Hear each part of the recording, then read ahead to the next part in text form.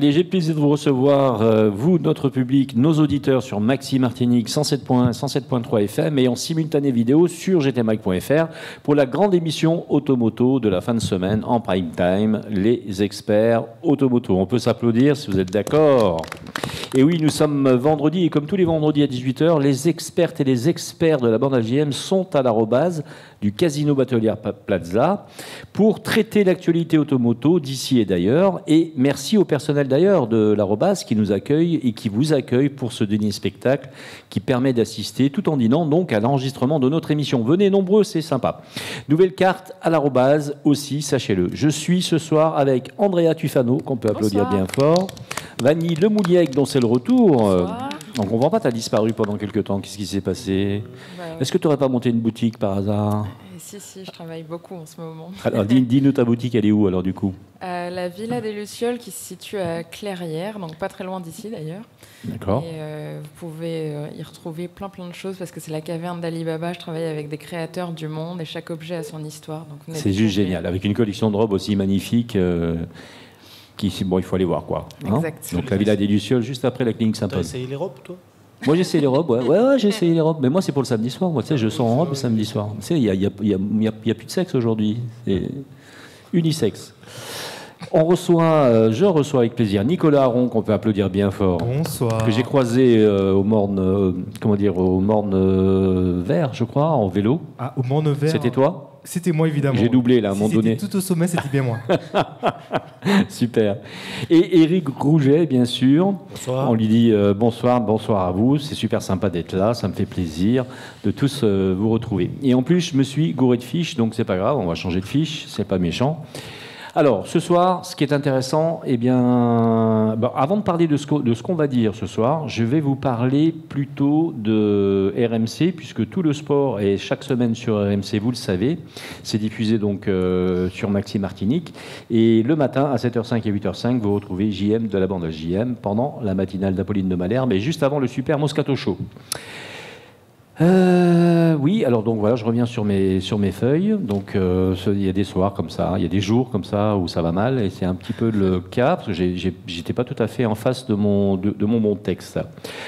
Alors, je vous le dis ce soir, le consommateur automobile devient un expert automoto, et grâce à qui? Eh bien, grâce à Bibi. Oui, grâce à gtmag.fr, entre autres. Oui, grâce au digital plus puissant que jamais pour informer, grâce au magazine pour tester, aux influenceurs pour se la jouer, experts, et grâce, il est vrai, à nos chaînes TV et à nos magazines journalistiques, en particulier sur YouTube. Vous savez qu'on est à 4,5 millions de vues sur YouTube. 4 500 000 personnes qui viennent sur YouTube pour voir gtmag.fr. Il y a encore des concessions qui nous ignorent, malheureusement. Quelle tristesse, quel manque de clairvoyance. Et oui, certaines concessions vieillissent très vite et passent à côté des 25-35 ans qui, eux, sont sur les grands réseaux et sur notre magazine digital, évidemment. Ils sont aussi beaucoup sur Instagram, par exemple, et particulièrement sur YouTube. Bravo aux concessions qui avancent avec leur temps. Elles vendent des voitures, c'est plutôt étonnant, si on réfléchit. On comprend mieux pourquoi elles en vendent. On parlera également de la fin des ZFE et des fameuses vignettes critères, mais on verra pourquoi la suppression des ZFE n'est pas définitive. On en parle en partie avec Andrea tout à l'heure. Super. Et vous êtes d'accord ou pas sur le sujet de l'émission de ce soir? On n'a pas trop le choix. Hein. Bah ouais, c'est vrai, c'est un peu imposé. C'est Eric en fait qui m'écrit mes textes, voilà, donc toute la semaine. Avec des fautes dedans un peu, mais bon. Pas près de ton micro, Eric. Je suis étonné, tu n'as pas parlé de moto, c'est bizarre ça. Ouais, c'est bizarre qu'il n'ait pas parlé de moto, ouais, c'est vrai. Allez, la révolution automobile passe-t-elle par de nouveaux vendeurs automobiles, mieux formés, plus digitalisés? On peut se poser la question quand même ce soir. Oui.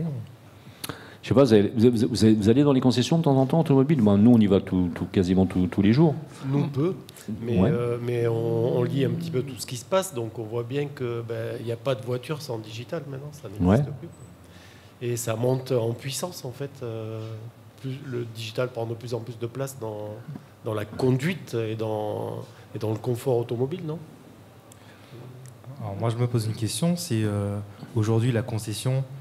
ou demain la concession, est-ce qu'elle sera toujours physique ou est-ce qu'un site internet, c'est le futur des concessions, à savoir l'endroit où on va personnaliser son véhicule, on va pouvoir le réserver et finalement on se déplacera juste récupérer son véhicule. On ne peut pas déjà le faire On peut déjà le faire. On peut déjà le faire, mais je ne suis pas sûr que ce soit dans les habitudes de tout le monde de faire un achat en ligne de véhicules.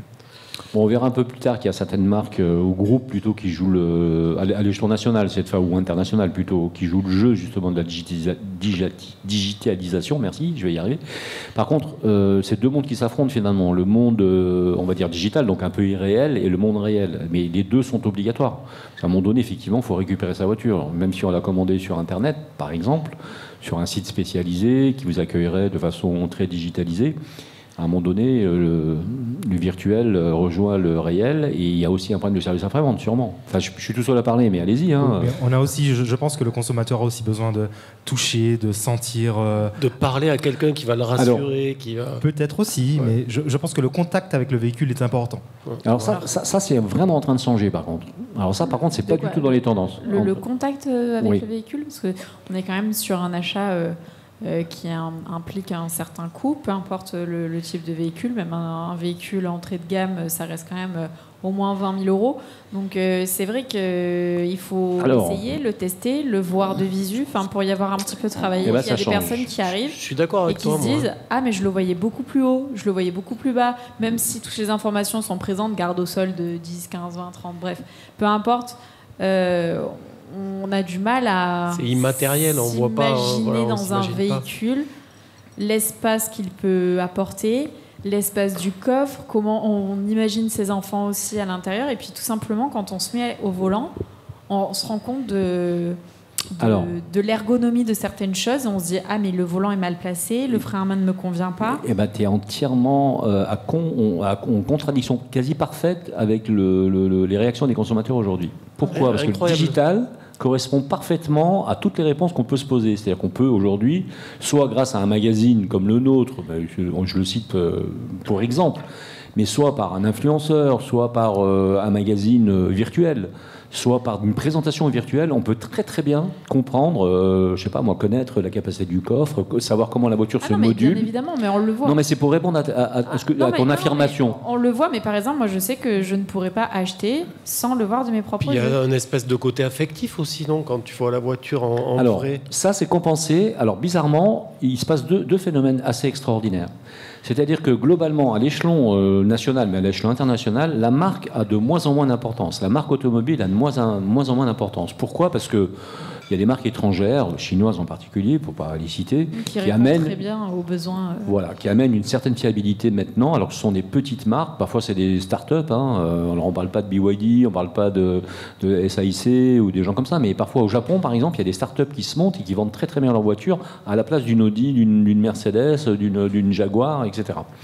Et donc cette opposition, elle est assez extraordinaire parce que la marque a moins d'importance, mais par contre, au moment de l'achat virtuel, la marque prend un peu le dessus. C'est-à-dire, c'est une Audi, c'est fiable, on sait que c'est une bonne voiture, donc j'y vais un peu les yeux fermés. Le modèle me plaît physiquement, le coffre me convient, donc je l'achète virtuellement. Donc je l'achète surtout si l'offre financière en plus cumulée est intéressante. Donc je ne vais pas me déplacer en concession ou je vais y aller qu'une fois. Et par exemple, oui, ça change. On est en train de changer là. Par exemple, les gens de notre âge, ils sont dans ce cas-là ou non ? C'est plus des gens qui sont un petit peu plus jeunes qui réagissent comme ça. Quand tu dis notre âge, tu peux préciser la tranche ? Je parle. Non, je ne donnerai pas d'âge. On est sur les 25-35. On est sur les 25-35 ans. Donc ça monte au-delà, ça monte à 45 ans, mais entre 35 et 45 ans, ça chute de 70%. Les gens vont 2 ou 3 fois en concession. Avant cela, on va une seule fois en concession, voire 0 fois. Alors, il y a une clientèle japonaise et chinoise qui ne va plus en concession du tout. C'est une nouvelle consommation, en fait. Exactement. La concession propose juste la livraison. Ça va même plus loin sur le service après-vente, puisque aujourd'hui, vous avez des marques qui proposent des services après-vente, où vous avez un rendez-vous sur le digital et on vient chercher votre voiture, on la répare et on vous la ramène. C'est un marché de 50 milliards de dollars aux États-Unis. Sachant qu'en France, on est en retard parce qu'en France, il y a seulement 7% des acheteurs qui finalisent leur achat en ligne, alors que c'est beaucoup plus élevé en Allemagne et au Royaume-Uni, où ils sont déjà vachement avancés là-dessus. Au Royaume-Uni, on a jusqu'à 20% des acheteurs qui finalisent l'achat de leur véhicule en ligne. Donc, alors, fais pas ta rubrique trop vite, hein, parce que tout à l'heure, il va falloir que tu nous en parles. Hein. Ouais, mais c'est totalement dans le sujet, il faut c'est bien dans le sujet, aussi. On est d'accord. Bon, en tout cas, ça change, ça évolue. Oui, vas-y, Nicolas. Oui, je voulais rajouter. Est-ce que justement l'évolution de ce mode d'achat n'est pas aussi liée à l'évolution de la façon dont on voit les véhicules? Parce que là, finalement, on est en train de dire que, tu l'as dit toi-même, hein, on oublie la marque, etc. Donc, on met en avant le côté pratique. On oublie le côté émotionnel, le côté, ce que j'évoquais tout à l'heure, l'odeur, etc. Voilà, on oublie ça. Donc, le véhicule devient factuellement un objet pratique.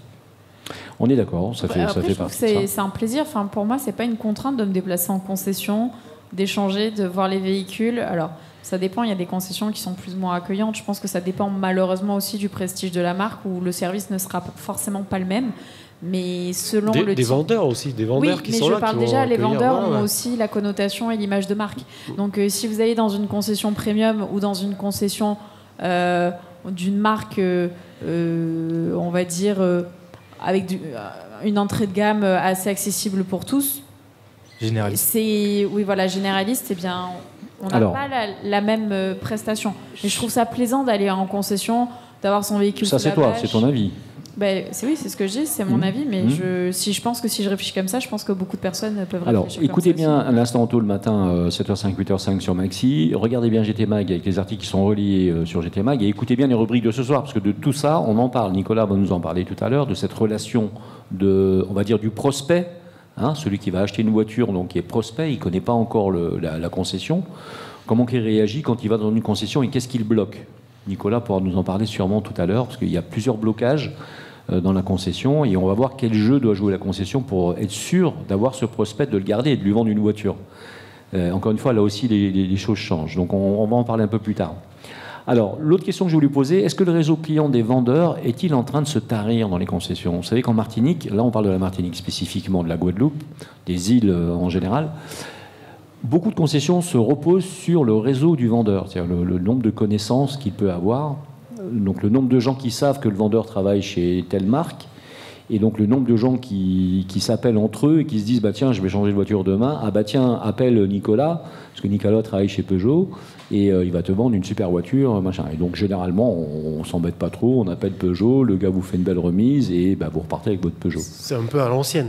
En fait, quoi. Par la on est un peu sur ce modèle quand même qui s'appuie beaucoup sur les réseaux. Ça ne veut pas dire que les entreprises ne soient pas sur le digital ou ne fassent pas de communication, mais un peu beaucoup. Un peu beaucoup, voilà. Donc, et c'est ça qui justement est en train de changer. C'est parce qu'il y a une certaine proximité sur l'île peut-être, et donc on connaît plus facilement les gens que ailleurs. Ça correspond à notre société. Si on va à Toulouse, on ne connaît pas forcément le vendeur. Local c'est assez local et on se connaît un peu tous dans l'île. C'est pas très grand, donc on connaît beaucoup de monde. On a toujours l'impression qu'on va faire une bonne affaire quand ça vient de quelqu'un qu'on connaît. Alors, on va voir tout à l'heure avec Nicolas sûrement aussi. Oui, vas-y. Tu voulais dire ? Non, Oui, d'accord. On va voir avec Nicolas tout à l'heure aussi comment que le vendeur doit changer sa façon de travailler finalement pour rester collé au marché.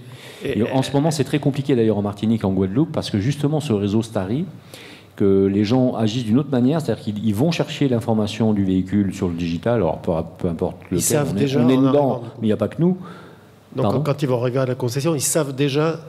C'est-à-dire quand ils arrivent en concession, ils savent déjà ce qu'ils vont acheter. Et le problème qu'ils trouvent, c'est qu'ils ont plus de connaissances parfois que le vendeur sur le modèle qu'ils veulent acheter. Voilà, ouais. Alors, je pense que ça, c'est à nuancer. C'est à nuancer, c'est en fonction des marques, parce que tu as beaucoup d'enseignes aussi, de concessions en Martinique, qui bénéficient de modèles tropicalisés. Donc, les véhicules viennent souvent d'Amérique latine ou d'ailleurs, mais les finitions ne correspondent pas forcément aux versions européennes. Voilà, c'est plutôt spécifique. Donc, il faut faire attention à ça. Alors, tout à l'heure, on parlait des Japonais et des Chinois. C'était volontaire. Quand je vous ai dit, mais en Chine et au Japon, il y a des gens qui vont qu'une seule fois en concession, voire pas du tout. Mais on se rend compte qu'en Europe, c'est exactement le même phénomène qui est en train de se mettre en place, en Europe et aux Antilles. C'est-à-dire que les gens ne vont qu'une seule fois en concession. C'est-à-dire qu'ils ont fait 40 sites Internet, on va dire, ou 40 télé Internet. Ils sont allés sur le site du constructeur, bien sûr, ils ont configuré leur voiture, ils savent ce qu'ils veulent, ils connaissent parfaitement le modèle, et ils arrivent en concession pour faire l'achat. Et là, c'est pile ou face. Soit ils ne le font pas parce que le vendeur a moins de connaissances que l'acheteur sur son propre modèle, et ça arrive malheureusement trop souvent. À ce moment-là, l'acheteur se retire et va acheter une autre marque. Il cherche donc à trouver quelqu'un qui puisse lui amener des informations qu'il n'aurait pas trouvées. Quand ce n'est pas le cas, il n'achète pas. Et puis... Et donc, ce que tu disais, on va vers la disparition des vendeurs, en fait. Alors, c'est pas ce que je suis en train de dire. Ce que je suis en train de dire, c'est qu'aujourd'hui, le vendeur est obligé de se transformer sa façon de travailler. D'accord ? Il y a les réseaux qu'il a, mais c'est plus suffisant aujourd'hui. Donc, il faut qu'il se mette sur les leads. Il faut que ce soit un vendeur 2.0, quoi. C'est un vendeur 2.0 impérativement, aujourd'hui, pour pouvoir toucher une clientèle qui est une clientèle qui a les moyens, qui commence à travailler et qui a besoin d'un véhicule. Bon, ça, c'est un constat national. Il faut savoir qu'aujourd'hui, on va une seule fois en concession contre 3 fois il y a 5 ans. Ah, c'est rapide, en fait. Mais c'est très rapide. Donc, ça a changé en 5 ans. Donc, j'espère qu'on a des concessionnaires, amis concessionnaires qui nous écoutent, parce que ça change beaucoup de choses. Et parfois, j'entends les gens râler en disant oui, on a moins vendu de voitures, etc. ce mois-ci et ci. Mais il faut se poser les bonnes questions. Est-ce qu'on a réussi à toucher les gens de la bonne manière, en fait ? Vous voyez ce que je veux dire ? Il faut se remettre en question et revoir les méthodes de travail, c'est ça. Un petit peu.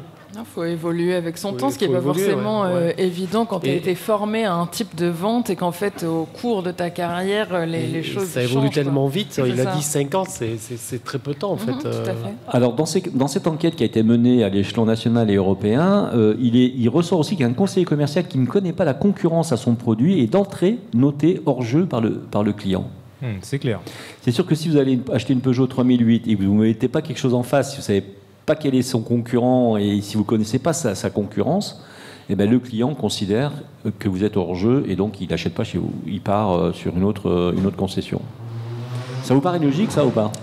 Moi, ça on a une moto logique, qui passe, c'est rare d'entendre des motos qui passent. Ça paraît vraiment... C'est rare. Ouais, on a une grosse moto qui est passée. Un petit pot d'échappement qui fait un petit peu de bruit. Alors, est-ce que ça vous paraît logique, ça ? Ça me paraît logique. On va comparer. Quand on veut acheter, on va comparer. Donc, le vendeur doit savoir comparer lui-même et nous donner les bonnes spécifications pour nous dire, voilà, mettre en avant l'avantage par rapport à notre modèle.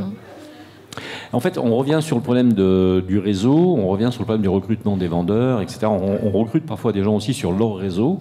Et est-ce que la formation est suffisante ? Est-ce qu'il y a vraiment un investissement sur la formation des vendeurs ? Peut-être de moins en moins, parce qu'économiquement, c'est compliqué aussi.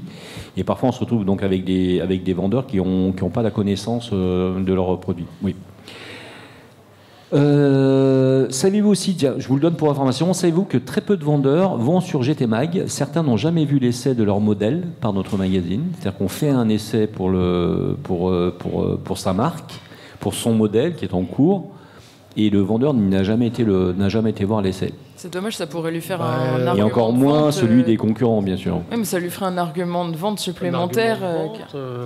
Il peut en parler en connaissance, comme ça, justement. Voir alors, c'est très étonnant, mais on le constate tous les jours. Donc, voilà. Alors, bien sûr, il y a des très bons vendeurs. Il ne faut pas oublier ça, quand même. Il y a de très bons vendeurs. Il y a des gens qui sont accros de GT Mag et qui vont voir tous les essais qu'on fait. Mais franchement, il y a beaucoup de vendeurs qui n'ont jamais été sur GT Mag ou qui ne connaissent pas du tout GT Mag. C'est encore pire. Oui, je veux dire, alors qu'on a fait des essais pour eux. Donc, rappelle-nous le nombre de vues, 4 millions... 4 millions et demi de vues sur YouTube, oui, effectivement. Mais parfois, dans les 4 millions et demi de vues, on n'a pas les vendeurs de concession. Enfin, pas tous, parce qu'encore une fois, il y a de très très bons vendeurs en concession. On les repère assez facilement. On fait une pause pub, vous êtes d'accord ? Yes. Allez, à tout de suite.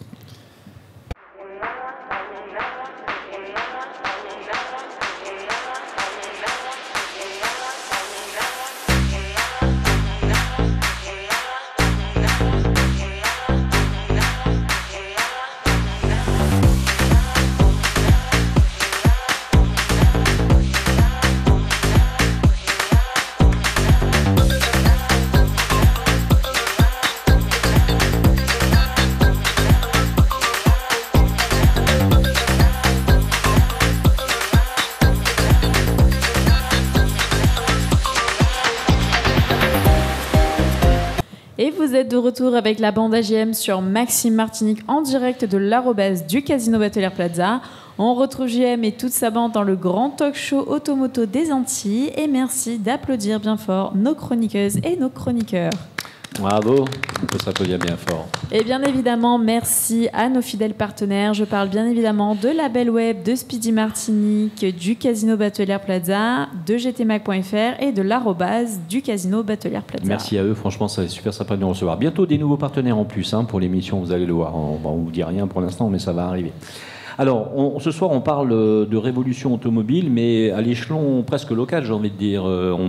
Globalement, parce qu'en fait on parle des concessions, en fait, de la méthode de distribution des voitures, comment qu'on vend une voiture et à qui on les vend, et on s'aperçoit que le marché est en train de se transformer littéralement et que beaucoup de distributeurs ici en France hexagonale et à l'étranger, en Allemagne en particulier et dans d'autres pays bien sûr d'Europe et aux États-Unis, concrètement, le marché se révolutionne littéralement, le marché de la distribution, et les concessionnaires sont en train de réfléchir à un mode de distribution totalement différent pour pouvoir justement toucher une clientèle qui n'est plus sur les médias traditionnels, donc qui n'est plus touchée par les publicités télé, magazines, etc., et qui sont plutôt axés sur le digital. Ils sont fixés sur le digital, ils scrollent à longueur de journée, et donc c'est là qu'on arrive à les toucher. Et voilà. Donc quand ils lèvent le nez de leur téléphone, parfois ils vont en concession. On a vu une fois en moyenne plutôt que 3 fois il y a 5-6 ans en arrière.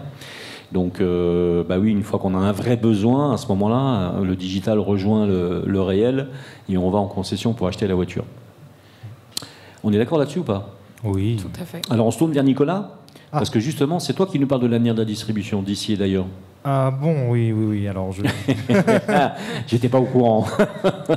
Non, alors, pour tout vous dire, effectivement, le monde de l'automobile change et ça bouge aussi dans les concessions. Donc, j'ai retenu 3 grandes tendances qui bouleversent aujourd'hui la façon dont les voitures sont vendues. Vous allez voir, tous rejoints. Oui, exact. Donc, en numéro 1, ce qu'il faut retenir, c'est que il y a de nouvelles énergies, donc forcément de nouveaux métiers. Et avec l'arrivée des véhicules électriques, hybrides ou hydrogène, il faut tout repenser. Donc, les gammes des véhicules, mais aussi le profil des vendeurs. Il s'agit plus seulement de vendre, mais d'accompagner le client dans une offre plus complexe avec des bornes de recharge, l'entretien, la revente, bref, tout un nouveau monde à maîtriser. En numéro 2, j'ai retenu le changement dans les habitudes d'achat. Ah, on y vient. Important. 53% des acheteurs ne vont même plus en concession. Ouais, vous avez entendu c'est énorme, ouais. C'est énorme. Pour leur premier contact. Pour leur premier contact, oui, bien ouais. sûr. 93% des décisions sont prises en ligne avant de franchir la porte du garage. Donc la visite en concession devient donc un simple point de livraison, alors que le vendeur devrait être un vrai conseiller de confiance.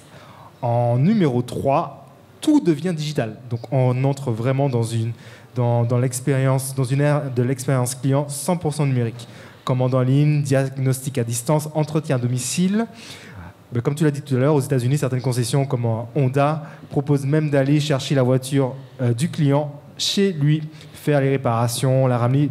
J'avoue que moi, je trouve que c'est un vrai confort. Donc résultat, c'est pas mal, ça. Plus de satisfaction client. Écoute bien. Et plus de combien? Attends, redis-le, les clients. Plus de combien de clients? Alors là, tu me poses une colle là parce que je ne sais pas. Non, tu étais en train de le dire. Tu disais Résultat, je suis perdu dans ma chronique alors. Je t'ai fait perdre le fil. Ouais, tu m'as fait perdre le fil. Non, mais en fait, en nombre de clients et en chiffre d'affaires. C'est impressionnant qu'ils viennent à la maison comme ça te réparer la voiture quand même. C'est extraordinaire. Je trouve ça génial, c'est extraordinaire. Mais c'est totalement dans notre époque. Tu t'occupes plus de rien, voilà. Non, mais et puis, je peux pas m'empêcher de penser à Andrea. Je sais pas pourquoi. Andrea, tu es chez toi, tu n'as plus de problème, tu t'envoies un message à ton concessionnaire, le gars vient chercher ta voiture, tu le rencontres même pas. Il vient chercher la voiture, il part, il répare, il te ramène la voiture. Non, c'est pas dans ta veille, ça. Ah oui, mais après, je pense qu'il y a des compagnies tierces qui sont pas forcément des concessionnaires, mais qui peuvent avoir cette prestation-là de service. Oui, mais là, on parle vraiment des concessions. Ouais, on parle des distributeurs essentiels. Hein. Oui, par exemple, on pourrait dire... Mais après, au final, le fait que le consommateur prenne sa décision avant de venir en concession, j'ai pas l'impression que ce soit forcément lié au secteur automobile. C'est juste le consommateur... la nouvelle gestion de consommation globale, générale, tout comme on fait ses courses en ligne, tout comme on sait... C'est une révolution pour l'automobile, c'est une révolution, parce que le marché ne marche pas du tout comme ça. C'est toi-même qui l'as dit tout à l'heure. Quand il faut acheter une voiture, il faut toucher la voiture, il faut toucher le cuir, ce que je veux dire, c'est que c'est pas lié au secteur automobile, mais je pense qu'il y a quand même certaines personnes, je parle de moi parce que c'est mon point de vue, mais j'en suis persuadée que d'autres personnes doivent réfléchir comme ça, aiment quand même l'expérience de je vais me faire conseiller, ou peut-être que je vais aller en concession et je vais avoir un coup de cœur sur une autre configuration de voiture. Ouais, mais je pense que t'es arriériste, hein. T'es vieille, en fait. Bah ouais. Voilà. Hein. Moi, je suis conservatrice. Oui, non, mais t'as raison, bien sûr, Andrea. Mais ce que je veux dire, c'est que là, c'est une révolution en cours. C'est une révolution qui est en train de naître devant nous. Ah non, mais bien évidemment. Mais par exemple, le nombre de fois où on se rend, par exemple, chez Porsche pour le côté professionnel, à chaque fois que je rentre dans leur concession, et Dieu sait qu'en Martinique, ça reste une petite concession. C'est pas non plus certaines concessions de certaine envergure qu'on peut retrouver en France. C'est toujours un plaisir de voir la dernière 911 qui est rentrée, de voir que le mois d'après, la config de la 911 a changé parce que c'est un autre véhicule. On se dit, je n'avais pas pensé à cette config, avec ses jantes, avec cet alliage, avec les freins de telle couleur. Et en fait, on se dit, waouh, c'est canon. Et le fait de rentrer dans la concession, ça permet de nous donner des idées aussi qu'on peut avoir sur Internet. Hein. Non, mais tu défends quelque chose qui existe aujourd'hui. Et moi, je te défends quelque chose qui n'existe pas aujourd'hui. Est-ce que tu comprends ? C'est bien ton idée, mais ton idée, on la connaît. Bien sûr, tout le monde fait ça. On est content d'aller chez Porsche, on est content d'aller chez Renault, on est content. Je suis d'accord, mais pour moi, même si la consommation change, c'est pas ce qui se passe. Elle change, mais pour moi, ce sera juste un 50-50, entre guillemets. Ce ne sera pas le digital qui prendra le pied. C'est pas ce qui se passe aujourd'hui. Aujourd'hui, on va aller chez Porsche pour aller boire un café, mais on ne commandera peut-être pas sa voiture chez Porsche. On la commandera chez Porsche, mais en digital. C'est ça qui est en train de se produire. Ça se produit dans les pays autour de nous, et ça commence à venir véritablement en France. Il faut vraiment mais avoir alors la visite de la concession sera toujours dans les mœurs. Oui, la concession va sans doute changer d'aspect déjà, et puis de façon la relation qu'elle a avec son prospect, on va dire, celui qui peut potentiellement acheter sa voiture. C'est ce qu'on raconte ce soir. Hein. Vas-y, Nicolas. Alors, en tout cas, concernant Honda aux États-Unis, donc on est à 150 000 demandes pour le service à domicile, et donc un chiffre d'affaires de 53 millions de dollars. 53 millions de dollars. Non, mais par exemple, même Speedy, notre partenaire, il peut faire ça. Après, il peut changer sa façon de voir les choses et de plus avoir de garage fixe et d'aller chez les gens aussi, faire la même chose un petit peu. Oui, on est bien d'accord. Mais là, on parle du concessionnaire. Hein, oui. On parle du concessionnaire. Le concessionnaire, lui, c'est un vendeur de voitures et derrière, il a un service après-vente. C'est un vendeur de pièces aux Antilles et il a un service après-vente. Là, ça voudrait dire que le concessionnaire n'a plus d'accueil, n'a plus rien. Tu commandes ta voiture, tu viens la chercher éventuellement et tu bois un café. C'est triste. Nicolas, c'est triste. Andrea qui défend nos clients, elle a raison. Ça peut être même des robots qui te réparent ta voiture, parce qu'il y a des robots qui font ça déjà. Oui, même dans le médical, maintenant... pour faire une petite aparté, il y a un congrès qui a eu lieu il n'y a pas très longtemps à Strasbourg sur les nouvelles innovations technologiques. Oui. Et en fait, on se rend compte que le marché chinois, donc comme quoi c'est pas réservé qu'à l'automobile, prend une ampleur phénoménale sur le marché médical. Là où avant, on avait des Medtronic, etc., qui étaient des grosses sociétés américaines qui avaient les plus gros stands avec les plus grosses avancées. Aujourd'hui, ce n'est plus rentable pour eux de par le fait que les remboursements sécu et autres ne sont pas assez intéressants. Ils ne veulent plus s'investir sur le marché français. Et c'est les Chinois qui prennent le pas avec des machines qui n'ont jamais été vues ni de près ni de loin. Oui. C'est des machines qui placent des vis toutes seules, qui vont scanner le rachis de la personne pour voir exactement quelle vertèbre doit être... c'est vraiment un truc de dingue. Et au final, c'est les Chinois qui prennent le pas sur ces sociétés américaines et autres. Alors au final, c'est un peu comme l'automobile. Oui. Bon, en tout cas, là, c'est les consommateurs qui prennent des décisions différentes de ce que voudrait un concessionnaire classique. Hein, d'accord ? Une concession, c'est ouvert. Vous allez dans la concession, vous avez un certain nombre de voitures étalées, et puis vous avez un vendeur qui vous aborde, et vous dites, voilà, je cherche ça. Et puis généralement, c'est le vendeur qui vous vend à peu près ce qu'il veut. Là, on est en train d'inverser la tendance. C'est-à-dire, vous arrivez en concession, c'est ouvert, il y a un nombre de voitures importantes, il y a bien un vendeur, mais vous savez ce que vous voulez. Et c'est le vendeur qui connaît plus ou moins bien son produit, qui peut froisser cette relation qui peut être une très bonne relation, très chaude au départ, parce qu'on vient, si vous venez dans la concession, c'est pour acheter une voiture dont vous savez quel modèle avec lequel vous allez repartir. Si le vendeur casse la dynamique, oui, on va casser la vente. Vous avez compris. En fait, c'est exactement ce qui est en train de se produire. Il exactement. a une place tout aussi importante qu'avant, sauf qu'elle est juste différente. Avant, il avait toute la place de conseil et maintenant, c'est lui qui a le levier de décision. Nicolas, il faut qu'on finisse absolument parce qu'il faut qu'on passe à Vanni. Ok, il y a quelque chose que je voulais préciser parce que finalement les concessions ne seront plus réellement considérées comme des lieux de vente purs, mais des lieux de service à la mobilité. Oui. Donc location, vente et pas que véhicules. Financement sûrement aussi. Derrière. Financement exactement, mais pour des 2 roues, des voitures, un peu de tout finalement. Donc ça sera un gros centre où on pourra tout faire en ce qui concerne la mobilité, en résumé. Il y a même des concessions en Allemagne et ailleurs, j'en ai vu moi en Allemagne, où vous pouvez aller dîner dans la concession, vous avez beaucoup de services dans la concession, et en option, vous pouvez acheter votre voiture. Il y a beaucoup de coffee shop aussi maintenant qui s'intègrent en Asie, etc., qui s'ajoutent pour le côté expérience d'achat avec... des gobelets avec le nom de la marque, etc. Alors, Nicolas, ok, Andrea, dans la continuité, on voit... T'avais fini, hein? On a parlé de tout. Oui. Vanni, donc, dans la continuité, la place grandissante du digital dans le parcours d'achat d'un acheteur de voiture, on en parle depuis le début. Je vais résumer un petit peu tout ce qu'on a dit, avec des chiffres un peu plus précis. Oui. Donc, Nicolas l'a repris, mais 97% des achats démarrent maintenant en ligne. Et ça, c'est du coup 97%, c'est quand même assez parlant. C'est-à-dire que quasiment tout le monde va voir sur Internet avant de se déplacer. Donc, il y en a encore qui se déplacent en concession, mais en tout cas, 97% des gens avant regardent en ligne. Et 84% des acheteurs utilisent Google, ils font leurs recherches, ils comparent, ils configurent déjà avant aussi d'aller chez le concessionnaire. Et en moyenne, un acheteur a recours à 7 à 8 sources digitales. Donc approche un peu ton micro, tu seras gentil, Vanni. Ça peut être des vidéos, des avis, plein de sites, dont par exemple gtmag.fr avec YouTube, parce qu'en fait YouTube est devenu une source hyper importante avec tous les essais, justement les vidéos. Maintenant il y a aussi les vidéos un peu en 3D avec, où on peut vraiment voir le véhicule avec... Enfin, toutes ces options, etc. Disons que YouTube est crédibilisé par les magazines en général, généralistes, qui sont journalistiques, donc qui sont indépendants, objectifs, plus les influenceurs. C'est vrai que... Après, voilà, moi j'aime pas trop le côté influenceur, justement, parce qu'il y en a certains qui sont très bons et d'autres qui sont moins. Donc, un magazine un peu professionnel, quand même, c'est quand même intéressant, parce qu'on là, on a un avis de quelqu'un de sérieux. Et quand un véhicule sort, là, cette semaine, on a essayé 2 voitures, mais on a essayé l'Alpha donc Junior. Quand une voiture sort, il y a 10 millions de sources pour pouvoir savoir quel véhicule, ce qu'il vaut. Et c'est extraordinaire, quoi, je veux dire. Donc c'est sûr qu'on... Mais c'est encore mieux parce qu'on peut se perdre un petit peu quand même. L'avis de JM, parce que lui, il a fait son essai sur telle ou telle route et du coup, il va donner son avis à la fin. En plus, il y a beaucoup de positifs, mais il y a aussi du négatif quand il y en a. Bien sûr. Mais ça va être un autre... quelqu'un d'autre qui a fait un essai ailleurs sur différentes routes, qui va avoir différents retours et qui, du coup, selon les habitudes du client, il va être plus ou moins impacté par...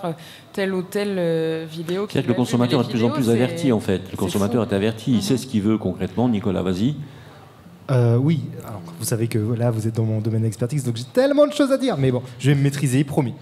Alors, la première chose, c'est que on sait que dans les concessions, généralement, les achats c'est tous les 5 ans, donc les concessions ont de très bons services marketing qui font le boulot. On envoie un petit mailing pour dire 5 ans, on va peut-être vous faire une petite offre, allez sur mon site, allez découvrir le nouveau modèle, etc. Et derrière, avec les réseaux sociaux, et on a différents outils qui permettent de cibler avec précision. Et alors toi tu disais que tu n'étais pas trop fan des influenceurs, mais pour avoir eu la chance d'avoir, coucou Margot, des influenceurs donc, avec mon ancien employeur, il y avait Margot... alors j'oublie son nom. Attention, j'ai pas dit tout à fait ça. J'ai dit qu'il y avait des influenceurs qui étaient bons aussi et qui sont professionnels aussi. Mais il y en a beaucoup qui s'improvisent influenceurs et malheureusement qui donnent des informations. Les journalistes aussi, je te rassure. Hein. Alors, parce que moi j'allais te dire, ça dépend aussi de l'âge de ta cible, parce qu'il y a des gens effectivement qui vont être plus facilement influencés par le fait que c'est quelqu'un de connu, qui a beaucoup de parole, que j'aime bien, donc je vais me fier à ce qu'il dit. Mais il y a ceux aussi qui vont préférer avoir un avis d'expert. Voilà. Et c'est un autre type d'influence. Et ça dépend beaucoup aussi donc, du canal sur lequel tu vas communiquer. C'est pour ça que YouTube, c'est très bien parce que c'est du contenu long et donc je pense, plus adapté à un public comme le tien. J'ai pas du vieux, mais amateur de chiffres, de cylindrée, etc., du détail, ça c'est pour toi. Alors qu'il y a des gens qui sont un peu plus précis, sans doute un peu plus jeunes, qui vont plus s'attarder à observer des essais, même pas, à observer quelqu'un qui utilise son véhicule au quotidien sur Instagram, par exemple. Oui, mais par exemple, moi j'ai des chiffres, les utilisateurs affectionnent à 39% les formats real life, mais produits par des experts, mais des influenceurs, mais qui, par exemple, il y a des influenceurs spécialisés dans plein de choses. Donc là, ça serait des influenceurs, mais spécialisés dans l'automobile, qui ont quand même une approche différente qu'un influenceur qui sera pris pour telle ou telle campagne. C'est un hyper consommateur, finalement, l'influenceur. C'est comme Blondicar, ça peut être intéressant. Vas-y, Andrea, pardon. Il y a plein d'influenceuses hyper connues sur les réseaux, et elles sont carrément débauchées par les marques directes pour faire la sortie d'un véhicule. Voilà encore une différence entre l'influenceur et le journaliste, c'est que nous, on n'est pas influencé par, on est influencé par quiconque. Par exemple, dans tes essais, tu as fait du rallye, etc. Donc tu sais de quoi tu parles quand tu vas essayer une voiture. Un influenceur, c'est pas forcément quelqu'un qui a des connaissances dans la mécanique. Mais là, on parle d'influenceurs automobiles. Automobiles, oui, mais est-ce qu'ils ont roulé, fait des championnats, des rallyes? Mais t'as pas besoin de faire un championnat pour être calé en automobile. Tu vois, c'est justement la question. C'est quoi un influenceur? C'est quoi un influenceur? T'as même des influenceurs qui parlent d'une voiture sans jamais l'avoir essayé aussi. Qui a une communauté suffisante pour parce qu'aussi ils sont payés aussi, certains influenceurs, ils sont payés pour parler du.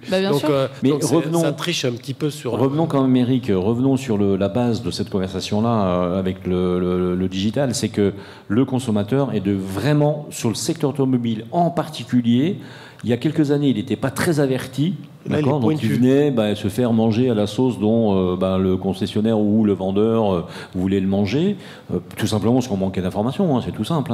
Et ça n'enlève rien à la qualité des concessionnaires. Je veux dire, on a de très bons concessionnaires en Martinique, il n'y a pas de doute. Je veux dire, il y a de très bons vendeurs en Martinique, il y en a des moins bons sûrement.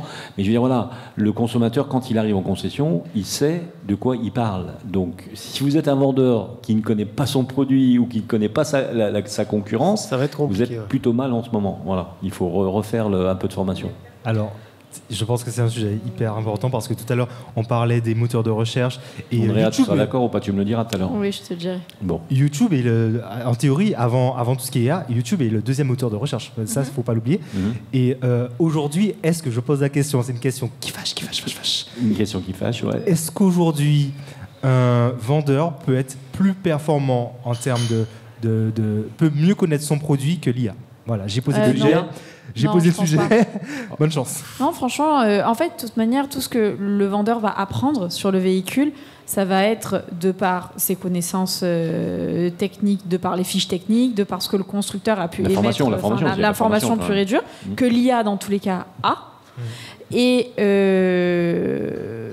va se fier aussi après à son ressenti personnel. Mais ça, c'est pas de l'information, c'est un jugement, de la proprioception, c'est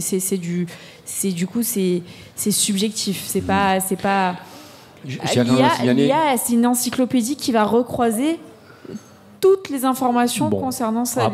Après, on ne demande pas à un vendeur d'être un dictionnaire ou technique sur le véhicule. Mais justement. Par contre, pour les pratiquer autant que toi toute la semaine, il y en a des très très bons vendeurs. Il y a des gens qui sont plus calés que moi, par exemple, sur leurs véhicules. J'en aurais peut-être besoin avec le digital où je comprends pas grand-chose, on va dire. Voilà, le vendeur, il va pouvoir m'expliquer comment ça fonctionne et tout ça. Avec l'IA, j'aurais pas la personne à côté de moi en train de me dire si tu appuies sur le bouton là, ça va faire ça et ça va faire ça. Alors que si j'aurais peut-être mon téléphone là, mais l'IA va te le faire, elle va même te faire une vidéo pour te montrer comment. Je vais passer la parole à Vanny, mais le meilleur vendeur, c'est celui qui vous vend la voiture la plus adaptée à votre consommation habituelle, enfin à vos besoins plutôt habituels. Qui est plus à l'écoute. On voit beaucoup de gens vendre des voitures parce qu'ils ont du stock, parce que ceci, parce que cela. Non, aujourd'hui, on ne peut plus vendre une voiture comme ça. On vend une voiture à quelqu'un qui en a besoin. Je ne sais pas si vous êtes une infirmière, que vous bossez au Gros Morne toute l'année, vous avez peut-être besoin d'un véhicule particulier. Mais si vous êtes en ville, vous avez peut-être besoin d'un véhicule électrique petit, qui est facile à garer. Enfin, tout ça, c'est à prendre en compte quand on est vendeur, je pense. Alors justement, moi, il y a une découverte à faire du client. Il faudrait qu'il soit un profiler presque. Profiler, voilà, c'est ça. Un peu profiler. C'était pas ce que je voulais dire au départ, mais du coup, comme tu en parles, moi en ce moment, je fais le tour des concessions parce que j'ai une demande particulière que je peux pas trouver en ligne, justement par rapport à mon handicap. Et en fait, l'accueil est assez impressionnant parce qu'on passe du tout au tout, entre les vendeurs, entre ceux qui savent pas du tout de quoi je parle. Et du coup, c'est assez perturbant parce que c'est des informations que même si on les a en ligne, on ne sait pas dans quelle mesure ça peut être fait ici en Martinique, etc. On a vraiment besoin de... Et eux, ils l'ont pas forcément, ou alors ils accueillent pas le besoin assez bien, quoi. Donc, et alors, j'ai une question, Vanny. Est-ce que, à part si tu as un modèle précis en tête, mais de ce que je comprends pas forcément, tu essayes de faire un peu une prospection. Pourquoi, par exemple, par simple curiosité, tu vas pas sur l'IA en disant voilà, j'ai telle et telle problématique, je recherche un véhicule pour ça, ça et ça. Fais-moi un benchmark de toutes les voitures qui pourraient être adaptées. Il va faire par exemple un tableau. Il va même te demander est-ce que tu veux que je te le fasse sur le tableau. Elle est en plein dans notre. Elle est en plein dans notre. Ça y est. Mais en fait, elle fait de la contradiction tout à l'heure. Mais c'est exactement ce que font les consommateurs. Mais c'est une question. Oui, mais ok. Mais là, je parle pas de. Tu peux avoir ta réponse sur Internet, mais tu achètes pas ta voiture sur Internet. Tu peux arriver et dire oui, tu peux aller en concession, mais acheter quand même ta voiture en concession. C'est pour ça qu'ils vont qu'une fois en concession. C'est parce qu'ils ont fait tout ce travail avant, même s'il n'y a pas d'handicap particulier. Mais la personne va quand même en concession pour voir la voiture et pour se dire bon, je vais quand même me faire un dernier avis pour me dire est-ce que la couleur me plaît, est-ce que le truc me plaît. On est d'accord. La concession est utile, je veux dire, elle est impérative. Mais elle doit changer. Mais je veux dire ce que je ne pourrais pas acheter que par Internet sans passer par la concession. On fait une petite pause publicitaire, puis on se retrouve après pour savoir ce qu'on dit. Oui. Allez, ça marche. À tout de suite.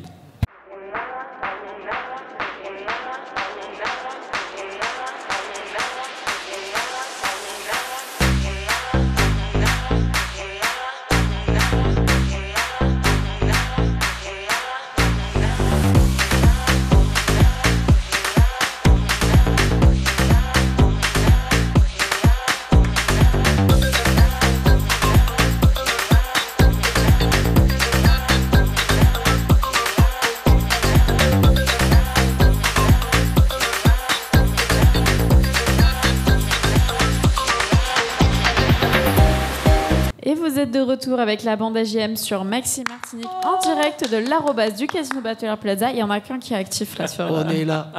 Le seul qui est en forme, c'est moi. Tout le monde a fait la bringue la veille en fait. Alors on retrouve les gars, on était lundi et mardi, il faut bosser. Bah ouais, mais je fête encore la victoire de PSG il y a 15 jours. Oui, c'est vrai. Moi aussi. J'espère que tu l'as correctement fêté, digne de ce nom, pas tel. Non, j'ai rien cassé. Oui, très bien. Eh bien, on remercie également nos fidèles partenaires, Label Web, Speedy Martinique, Casino Batelière Plaza, l'arobase du Casino Batelière Plaza et gtmag.fr. Et oui, merci à eux, on est super contents. Grâce à eux, on vit, on est là, on vous parle. Et merci à nos auditeurs qui nous écoutent. Vous êtes nombreux le vendredi soir à 18h à écouter Maxi, juste après le football.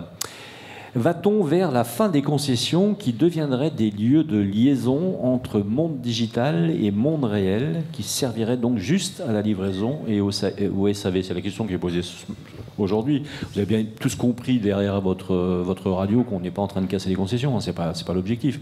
On est en train de dire que dans la concession, il se passe beaucoup de choses en ce moment, ici et ailleurs, et que les changements sont évidents et que le consommateur allant plutôt sur le digital, prenant sa décision à combien on a dit 73% je crois 73% de décisions prises avant d'aller en concession. 93%. Même moi, je visite. Alors, c'est pas une décision complète pour 93%, mais 93% des visiteurs fait une idée avant d'aller en concession. Voilà, donc c'est quand même extraordinaire.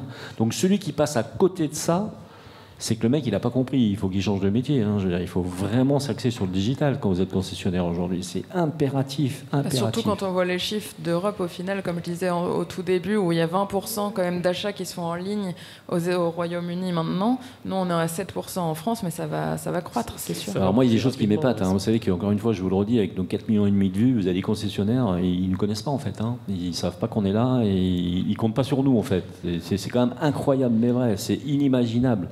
Quand on parle de ça à nos confrères parisiens, ils pouffent de rire en disant mais c'est incroyable. Mais donc on est parfois, on a des gens un peu passéistes, on a des gens qui sont depuis longtemps dans leur poste Et bon, ils ont pas fait la bascule sur la clientèle 25-35 qui est leur acheteur de base, évidemment. Bon, on verra dans le temps comment ça se passe. C'est en train de changer quand même. Hein. Après, il y a des grandes concessions en Martinique et en Guadeloupe qui sont déjà à fond sur le digital, qui ont vraiment bossé, qui sont sur leurs leads.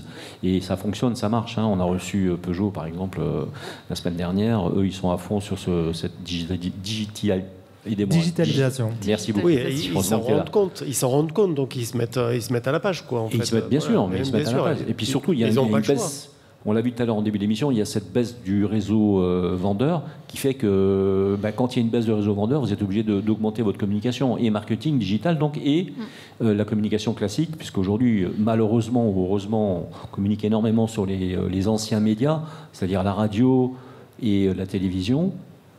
Et cette clientèle des 25-35 ans, elle n'est pas sur la radio et elle n'est pas sur la télévision. Donc, il y a une chute, il y a un effondrement du chiffre d'affaires pour beaucoup de marques. Mais tout est lié parce que les véhicules eux-mêmes, dans leur intérieur, sont digitaux. Voilà, mais voilà, digitalisent. C'est par définition des produits connectés. Tout évolue en même temps. Mais oui.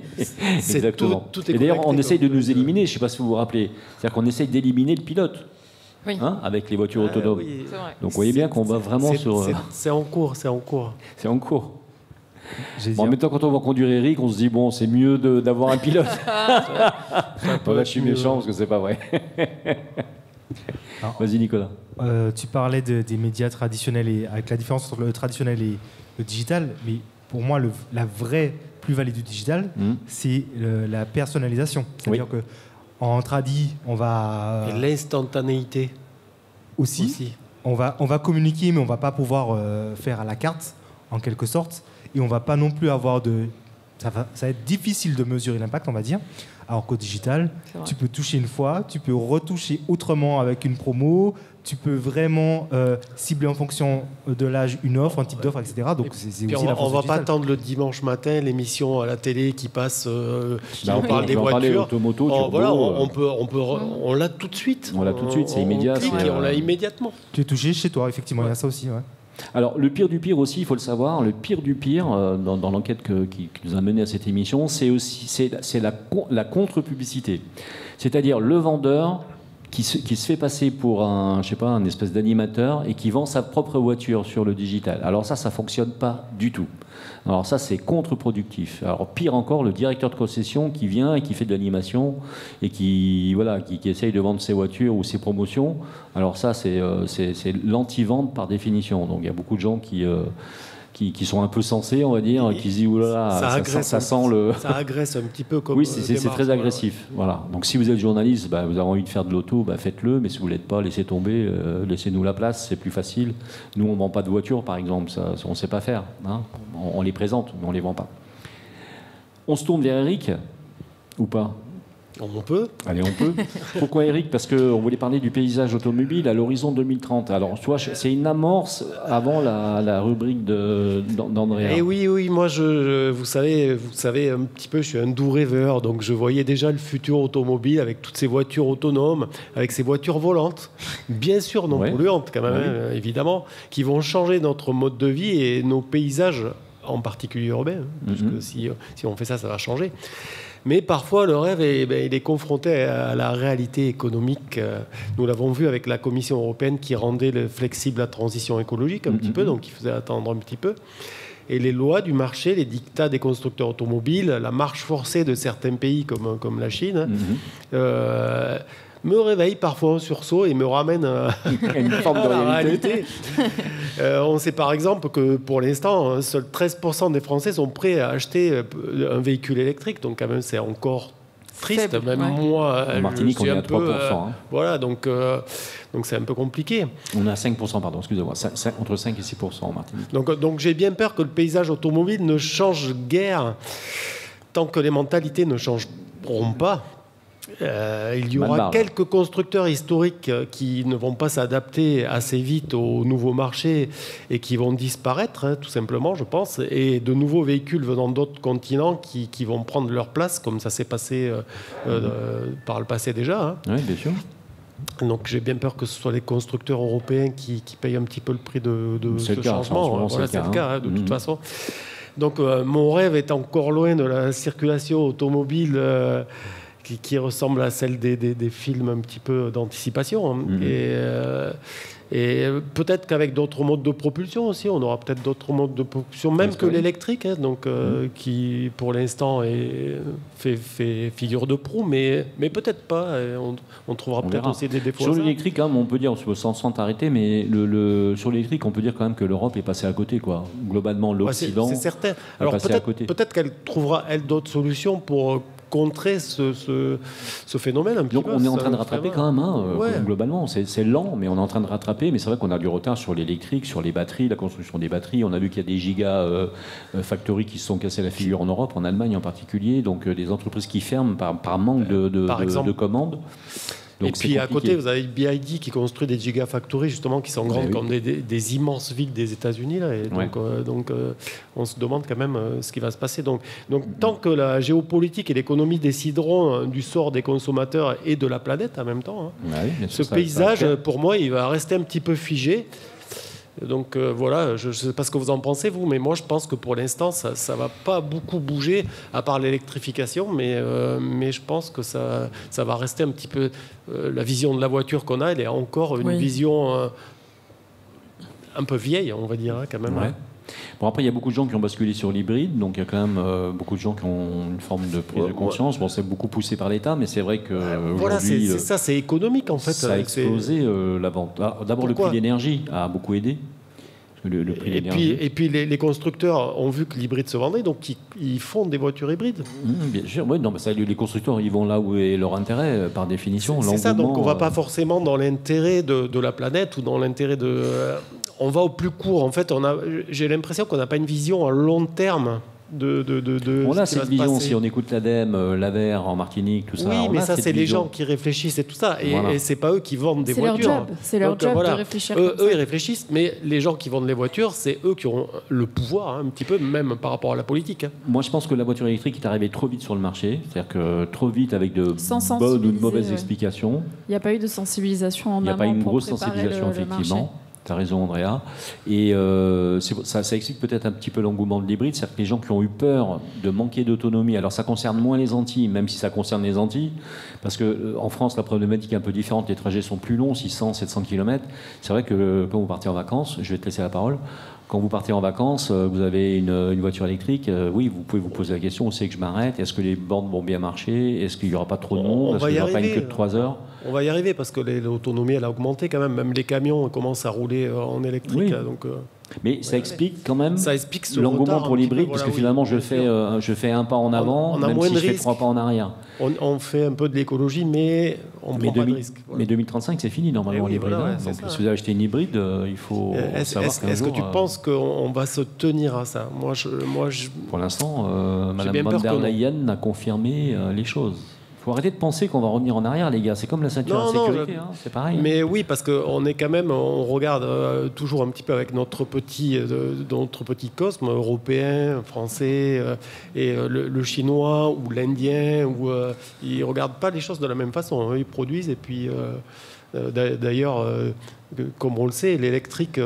oui, et ils se servent de camions électriques en Chine pour quand même charger le charbon pour les centrales à charbon. C'est extraordinaire, hein, quand même. Ils ont des camions électriques. Mais des contrepétries comme ça, il y en a des centaines. Je veux dire, donc c'est assez énorme. Et ils ont des centrales à charbon, donc c'est... qui nous vendent des voitures électriques, c'est quand même... voilà. Bon, en tout cas, l'engouement de l'hybride, ça s'explique par le fait qu'on ait peur de manquer d'autonomie, donc on prend une hybride... On avance un petit peu au moins. On avance un petit peu, voilà. Et puis on consomme moins, oui, il faut rester optimiste, hein, on avance un petit peu. Exactement. Voilà. Et espérons qu'on n'ait pas un hybride gate un de ces jours, qu'on ne découvre pas que tout ça est de la supercherie. Non, allez, je plaisante. C'était pour faire avancer le schmilblick. Mani, tu voulais parler? Oui, en fait, avant qu'on enregistre et que vous arriviez, il y a une dame qui m'a demandé qu'est-ce qu'on fait là ce soir et qu'est-ce qui se passe. Et je lui ai dit, on est une émission automoto. Il dit, vous parlez de quoi? Je dis, notamment de transition énergétique, mais de plein de sujets locaux et internationaux. Elle me dit, transition énergétique, ah ouais, moi je suis pas prête à passer à l'électrique, mais attendez, mais où je... Et elle a commencé à me poser plein de questions, donc je lui ai dit de nous écouter, mais c'est vrai qu'en fait il y a beaucoup de craintes, et je pense que comme tu dis, les véhicules sont arrivés trop vite, et les véhicules sont arrivés avant même que que nous, que les parkings, etc., soient adaptés à l'électrique. En fait, c'était même pas encore adapté. Même les constructeurs étaient en retard. Tout le monde était en retard. Et aujourd'hui, ils payent le retard. Mais sauf que les questions, elles se posent toujours parce que c'est toujours pas démocratisé dans la tête des consommateurs. Il y a toujours trop de craintes par rapport aux véhicules. Que la plupart ici, on peut recharger à la maison. Donc, oui, mais même là, sur le parking, il y a des... On n'a pas fini d'en parler parce que dans nos émissions, vous le savez, on aborde le sujet régulièrement, donc on y reviendra. On se tourne vers Andrea, si vous êtes d'accord. Eh bien, parce que donc on a de nouvelles informations quelque part sur la fin des vignettes critères, donc la fin des ZFE en gros. On a de nouvelles informations, oui et non. Alors déjà, est-ce que vous savez le pourquoi du comment ça a été remis en question le fait de conserver la vignette critère? Certains trouvaient a priori qu'il y avait une certaine incohérence, que c'était ça favorisait. C'est un député qui a déposé un texte à l'Assemblée, non? Oui, au départ, oui. Au départ, c'est un seul député écologiste qui a été suivi, en fait. Par tous les groupes. Les macronistes sont un peu disparus sur cette affaire et ils se sont fait un peu avoir, quelque part. Ce jour-là, au moment des votes, il y avait plus de gens écolos et à gauche, on va dire. L'Assemblée n'est pas toujours pleine. C'est passé. Voilà. Mais c'est pas fini, puisque ça a été confirmé derrière. Alors justement, en fait, c'est ça qu'il faut voir, c'est la fin des vignettes critères en 2025 ou pas. Eh bien, c'est ça qu'il faut voir. Pour le moment, ça n'a pas été non plus un amendement fixe. C'est toujours en pourparlers. On se pose aussi la question du pourquoi, du comment. Alors, il faut savoir, comme Nicolas l'a sous-entendu au préalable, il y avait une espèce d'inégalité écologique et sociale, c'est-à-dire qu'en fait on imposait à certaines personnes de ne pouvoir rouler qu'avec des véhicules d'une certaine tranche quasi neuf. Non, mais moi je pense toujours à mon étudiant qui roulait en 106, je parle pas en de quasi neuf parce que quasi neuf on est quand même dans les 2-3 ans, là ça remontait quand même à plus loin, mais malheureusement il y a quand même beaucoup de véhicules qui datent d'il y a 10 ans, d'il y a 15 ans et qui fonctionnent très bien avec des révisions techniques qui sont très correctes. Et effectivement, comme le fait remarquer Jean-Marc, quand on a un jeune étudiant, qu'on a un tout petit budget et qu'on le sait, on abîme très souvent les véhicules. On part sur des véhicules où les pièces sont facilement changeables, n'ont pas besoin de nécessiter de grands coûts, et on se dit, voilà, tu te prends un poteau, tu te prends une porte, t'arraches un rétro, c'est pas bien grave. Et malheureusement, quand on a un véhicule de cette envergure-là, qui date souvent de 15-20 ans, parce que des fois c'est même les voitures des grands-parents que les petits-enfants récupèrent, qu'on récupère, en fait on ne peut plus faire circuler. Et le problème, c'est que souvent, ce sont des jeunes qui doivent avoir accès au centre-ville, que ce soit pour les universités ou les facs. Et en fait, on se rend compte que si on n'a pas un certain pouvoir d'achat ou la nécessité ou la possibilité de pouvoir rouler avec des véhicules qui rentrent dans le critère de la vignette critère, eh bien, en fait, vous ne pouvez pas utiliser votre véhicule. Donc, en fait, il y avait une disparité sociale qui s'instaurait et qui ne plaisait pas, notamment à ce député qui disait « Mais attendez, je ne suis pas d'accord, il y a trop d'inégalités sociales. » Mais en même temps, il faut savoir aussi renouveler le parc automobile. Et c'était un petit peu aussi la volonté nationale de se dire en mettant ce critère-là, on va épurer un petit peu la vieillesse du parc automobile. Ça va se renouveler parce que les gens vont se sentir obligés, dans tous les cas, d'acquérir un nouveau véhicule ou de passer sur une nouvelle occasion plus récente. Et d'autres automobilistes qui ont cette mentalité un petit peu plus écologique sont effrayés parce qu'ils se disent justement les ZFE, donc les zones à faible émission, c'était une très bonne initiative. Il y a eu des chiffres justement qui ont prouvé que certains centres-villes, notamment comme Lyon, ont vu leur qualité de l'air justement s'améliorer. Et donc là, on se dit, on comprend pas en fait. Par an, à peu près en France. On fait un pas en avant qui est très compliqué à faire et on en fait 5 en arrière. Alors qu'en faisant passer cette loi de base, le côté critère, la vignette critère, le côté socio-démographique était déjà... Après, on peut aider les gens à l'achat, comme de nouveau pour les voitures électriques, il va y avoir de nouveaux trucs, des aides. Donc, en tout cas, ce vote-là qui a eu lieu le 28 mai, c'est le second vote le 28 mai qui a confirmé le premier, ce qui était une grande surprise pour le gouvernement, parce qu'il s'est fait avoir. Ça a placé les métropoles françaises donc, dans un entre-deux réglementaire, en tout cas, tant que le Conseil constitutionnel n'a pas statué, parce qu'au final, c'est le Conseil constitutionnel qui doit donner sa réponse définitive sur oui les ZFE ou non les ZFE. Donc vous avez certaines mégapoles qui veulent conserver leurs ZFE, mais qui attendent, avant d'appliquer les sanctions potentielles, ce fameux Conseil constitutionnel et son avis pour prendre des décisions finales. Il y en a d'autres qui les ont arrêtées, les vignettes, en attendant toujours le Conseil constitutionnel. Oui, après, il y a justement aussi la légitimité aussi du maire, aussi de la ville, de pouvoir accentuer ou pas Puis on en avait parlé déjà en plus des ZFE, on en avait dit parlé peut-être des adapter un peu plus aux utilisateurs.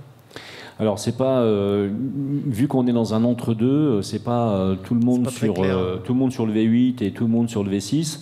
Parce que ça serait une bêtise, évidemment. On conseille plutôt aux automobilistes de continuer dans cette c'est compliqué parce que là, on est dans une stratégie de conseil là où on nous impose 2035. Donc en fait, à un moment donné, si on n'impose pas de manière douce, en amont, justement pour éviter les problèmes dont on a parlé tout à l'heure et dire comme l'a précisé Vanny, l'électrique, il n'y a pas eu de sensibilisation, il n'y a pas eu de parcours, on va dire, promotionnel, éthique... pour formater un petit peu. Il y en a eu, mais avec les 60 milliards à trouver, la France a changé sa politique, évidemment. 40 milliards, pas 60, 40. Donc la France a changé sa politique. Mais bien sûr. Et puis il faut savoir aussi où est son combat de front. Mais rappelons de quoi on parle. On parle de gens qui meurent chaque année, 7 000, 8 000 en moyenne, en particulier. Bon, si vous habitez un centre-ville, ici ou ailleurs, et que vous avez un enfant qui a de l'asthme, c'est sûr que vivre les fenêtres fermées toute l'année... L'asthme, les cancers, la qualité de vie... bien plus grave, oui. D'accord. Donc personne ne nie aujourd'hui que les NOx provoquent des maladies. Donc il faut savoir ce qu'on veut, quoi. C'est toujours pareil. Parce que on parle... Alors, beaucoup de gens qui parlent à l'échelon planétaire en disant « Oui, mais regarde, la Russie envoie des bombes sur l'Ukraine, les Chinois, les Indiens, ils s'en foutent, etc. » Oui, mais toi qui vis, je sais pas moi, à Fort-de-France, à Lyon... Si tu as moins de voitures dans ta rue, voire même si tu n'en as plus du tout, ça existe dans certaines rues, forcément ça change l'oxygène, ça change la qualité de l'oxygène, la qualité de l'air. Ah non, mais complètement. Non, mais je veux dire, il ne faut pas se tromper de cible. Bien sûr que c'est une sanction pour tout le monde, finalement, quelque part. Les constructeurs sûrement en premier, les acheteurs, parce que c'est des voitures sont plus chères. Oui, après, il ne faut pas non plus taper sur cette politique de ZFE, parce qu'on parle quand même, d'ailleurs, Jean-Marc, tu as peut-être le chiffre, la voiture la plus ancienne... Le taux maximum de la voiture la plus ancienne qui peut être acceptée par la zone critère, on est sur du quoi ? 2010 maintenant, parce que c'était 2010. 2001. 2001 2010, c'est terminé. Et puis après, adapter les structures aussi. On parlait de l'étudiant, les Vélib dans certaines villes, le métro. Mais bien sûr, le tramway, 2010, ça fait quand même 15 ans. Possible. Non, mais 2010, ça fait quand même 15 ans. Enfin, je veux dire, 15 ans, c'est quand même assez souple, je trouve, comme non, mais véhicule. si on accepte notre île, où c'est très compliqué de mettre en place des pistes cyclables, etc., je le comprends, ça prend du temps. Oui, bien sûr, mais toi-même, tu le sais mieux que moi, Andrea, parce que tu as rencontré les gens de Fort-de-France, tu as rencontré donc les responsables. C'est pas une île qui est adaptée, même d'ailleurs très peu d'îles de la Caraïbe, à part si vous habitez à Anguilla, si vous habitez à Anguilla, et encore... Moi, je vous donne un exemple récent. Je vous donne un exemple récent. Au mois de mai, j'étais en Pologne. Mais il y a des pistes de cyclables, mais de partout. C'est même pas envisageable qu'il n'y ait pas de piste cyclable. On se dit pas, tiens, je vais louer un vélo, mais comment je vais faire ? Non, il y a des pistes cyclables pour aller n'importe où. Oui, mais là, en ville comme à l'extérieur de la ville. C'est géographiquement presque impossible. Déjà, les trottoirs ne sont pas assez larges pour les piétons. Donc, comment vous voulez... c'est une adaptation sur les routes, sur nos routes. Ça va venir, de toute façon. Oui, les villes, la construction des villes qui la montagne, pas fait. C'est quand Paris, ils ont fait des boulevards. Par exemple, si on prend la route pour aller dans le nord, direction Saint-Pierre, si on prend la route, la colline, Font-la et tout ça, où est-ce qu'on la met, la piste cyclable ? Il faut supprimer les voitures et mettre que des vélos. C'est pas compliqué. Oui, bon, d'accord. Il faut qu'il y ait... Tu vas me faire tuer demain. Moi, je suis pour. Il faut qu'il y ait un pas effectué de deux côtés. C'est-à-dire que le consommateur va faire des efforts en achetant des véhicules plus modernes et qui consomment moins, qui polluent moins. Mais à côté de ça, comme tous les consommateurs ne peuvent pas forcément avoir le budget, il faut que... Oui, parce que tout le monde aimerait bien avoir une voiture... Tout le monde aimerait bien avoir une voiture neuve. Bien entendu, c'est ça. Donc il faut que l'adaptation se fasse des deux côtés pour qu'on arrive à trouver un équilibre. Bon, ce qu'on retient, Andrea, c'est que les ZFE, c'est pas tout à fait terminé quand même, puisque donc il faut attendre... Non, c'est pas terminé, mais c'est en phase d'être adapté. Mais comment ça sera adapté ? En fait, on va finir comme les paquets de cigarettes. Tout le monde va pouvoir continuer de fumer, mais tout ce qui va être l'identité de marque va disparaître. On va tous rouler avec une voiture blanche, sans écusson, électrique, et au moins ça sera du pur. Bon, en tout cas, les maires attendent pour prendre des nouveaux arrêtés le résultat du Conseil constitutionnel. Ça arrive bientôt, c'est courant juin. Donc on saura très très vite. Donc en attendant, les grandes villes continuent leurs ZFE, n'oubliez pas. Donc les vignettes critères sont toujours valables, peut-être avec des sanctions un peu moindres. Mais bon, je vous parle de Nantes, Strasbourg, Lille, Rennes, Toulouse, Bordeaux, Montpellier, Grenoble, Lyon, Paris. Voilà, ne rentrez pas avec une voiture de 1940. Une traction avant, par exemple, et vous allez vous faire allumer, quoi. Alors, sauf si c'est un véhicule de collection, bien sûr, là, vous avez une dérogation particulière, etc. On est d'accord. Ouais. On rentre pas dans le débat, l'émission est terminée. Pas dans les détails. Merci à vous, en tout cas. Merci à vous, vraiment. Merci donc d'être venu dans cette émission. On a parlé de la révolution automobile, mais on a parlé de la révolution des distributeurs automobiles finalement. Et c'est valable dans le monde entier, et en Europe en particulier, où on voit que la concession change et va devenir sans doute un autre magasin, une autre façon donc de servir ses clients. Je vous remercie encore. Merci à nos auditeurs qui nous écoutent chaque vendredi soir à 18h. Et je vous remercie à vous, les experts automoto sur Maxi Martinic, et je vous rappelle qu'on est en simultané vidéo sur gtmac.fr où vous pouvez retrouver cette émission. Merci à Vanny, qu'on peut applaudir bien fort. Merci à Andrea, merci à Nicolas, merci à Eric pour cette très belle émission. Ce week-end, retrouvez tout le sport sur RMC Antilles, diffusé sur Maxi Martinic, et dès lundi matin, retrouvez la matinale d'Apolline de Malherbe, j'ai du mal ce soir, avec son invité politique, et juste après, le Super Moscato Show. Et entre ces deux émissions, retrouvez l'Instant Auto, présenté chaque matin par Éric Rouget, non, par Jean-Marc Volchette, pardon, je me suis trompé, à 7h05 et 8h05. À vendredi prochain. Irremplaçable, voilà, c'est ça, bien sûr. À vendredi prochain, 18h. Bon week-end, c'est pas moi, c'est Andrea qui est remplaçable. Moi, je suis remplaçable. Oh. Allez, c'est au week-end noté, prochain. Bye bye. Bonne ciao. soirée. Bye bye.